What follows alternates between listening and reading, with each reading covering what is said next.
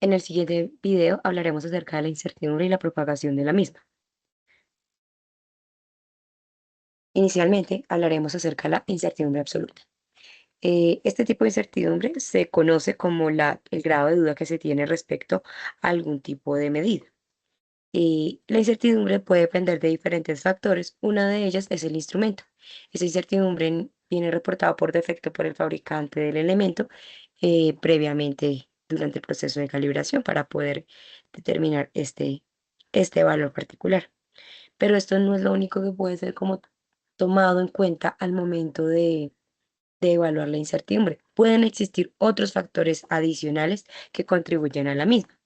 Las características del objeto a medir, si de pronto este está en movimiento o está estático, este tipo de factores también pueden contribuir a la incertidumbre al momento de hacer una medición. Las condiciones ambientales, entendiendo que algunos dispositivos se pueden ver afectados o algunos objetos se pueden ver afectados justamente por la temperatura o por algún otro factor como humedad que hace parte de las condiciones ambientales. E igualmente las condiciones, en este caso físicas del experimentador, que él esté capacitado, que tenga la suficiente predisposición física y mental para la realización de una medida, puede afectar la incertidumbre de una medición. Es importante que nosotros hablemos acerca de este concepto, puesto que es importante reconocer hasta dónde se puede confiar en una medida. Y esa información está, en este caso, implícita en la incertidumbre absoluta. Adicionalmente a eso, porque la incertidumbre absoluta, cuando estamos tomando una medida y tenemos en cuenta esa incertidumbre por parte del instrumento, nos puede indicar el número correcto de cifras significativas que debemos reportar, conforme a las cifras ciertas y a la cifra dudosa. Hay ocasiones en las que la incertidumbre no está determinada previamente, pero se pueden generar en este caso algunas opciones. Realización de procesos estadísticos donde podríamos determinar el valor específico de esa incertidumbre.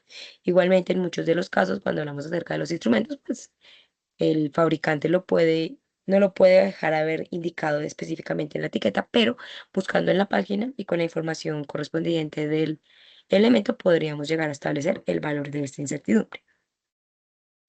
Adicional a la incertidumbre absoluta, tenemos otra que llamamos la incertidumbre relativa, que ya nos permite, en este caso, evaluar el grado de duda o de incertidumbre que nosotros tenemos respecto también a la magnitud que estamos midiendo, ¿sí? Y es que la incertidumbre en algunas ocasiones, en particular la anterior, la absoluta, pues va a tener diferentes valores también dependiendo de la magnitud que típicamente se mide con ese instrumento.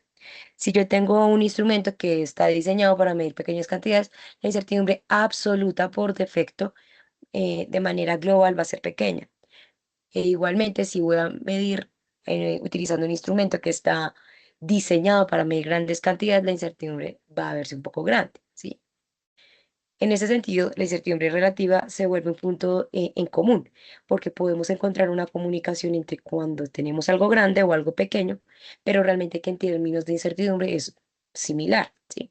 Que no dependa de la magnitud. Entonces, ahí es donde entra esta incertidumbre relativa. Matemáticamente hay dos expresiones más que nos permiten hacer la determinación de la incertidumbre, si la queremos como fracción o si la queremos como porcentaje. En términos de fracción tenemos que es la incertidumbre absoluta dividido entre lo que nosotros hemos medido, sí, el valor que reportamos, mientras que el porcentaje de incertidumbre relativa es la misma fracción, pero ahora multiplicado por 100. La importancia que tiene en este caso esta incertidumbre es que nos da un sentido más claro de la calidad de la medida. Como les decía, en ocasiones tenemos que hacer determinaciones de pequeñas cantidades o de grandes cantidades y que las cantidades sean grandes o pequeñas pueden tener influencia en la incertidumbre absoluta, porque por defecto ella se comporta de manera proporcional a la magnitud de medida, bueno, a la magnitud o al instrumento que ha sido diseñado para medir una magnitud más grande o más pequeña. En cambio, la incertidumbre relativa, al realizar este proceso de normalización entre la absoluta y el valor medido, elimina el efecto de la magnitud y nos deja ver mucho más claro el nivel de duda que tenemos en nuestra medición, sin importar lo grande o pequeño que sea el número que nosotros vayamos a reportar. En este sentido, recordar esta parte, la incertidumbre relativa es inversamente proporcional a la magnitud de la medida. Mayor magnitud, menor duda, ¿sí? Eso puede llegar a suceder en algunas ocasiones. Ahora, Cuando nosotros hacemos mediciones experimentales y tomamos un valor, ese valor, en este caso, va a tener asociada la incertidumbre inicialmente del instrumento que nosotros estemos utilizando. Entonces, aquí en el ejemplo que yo tengo en esta diapositiva, tenemos un balón eh, de tipo graduado, pero digamos que en este caso de las divisiones que queremos, necesitamos medir 250 mililitros, ¿sí? Una aproximación en este caso que podríamos tener para medir ese grado de duda es tener presente la incertidumbre que aparece reportada por el fabricante, que es de más o menos 0,15 mililitros. En este sentido, vamos a asumir que la medida que nosotros hemos tomado con este instrumento va a tener la misma incertidumbre del instrumento. Y esa incertidumbre, cuando se lee de manera correcta, nos va a permitir establecer el número de cifras significativas, ¿sí? Que eso era lo que estábamos viendo previamente cuando hicimos la introducción a incertidumbre absoluta o relativa. En el caso de lo que aparece reportado típicamente en los dispositivos, en los equipos, la que aparece es la incertidumbre absoluta. La relativa nos va a servir como un punto de acuerdo, pero normalmente la que terminamos al final reportando es la absoluta.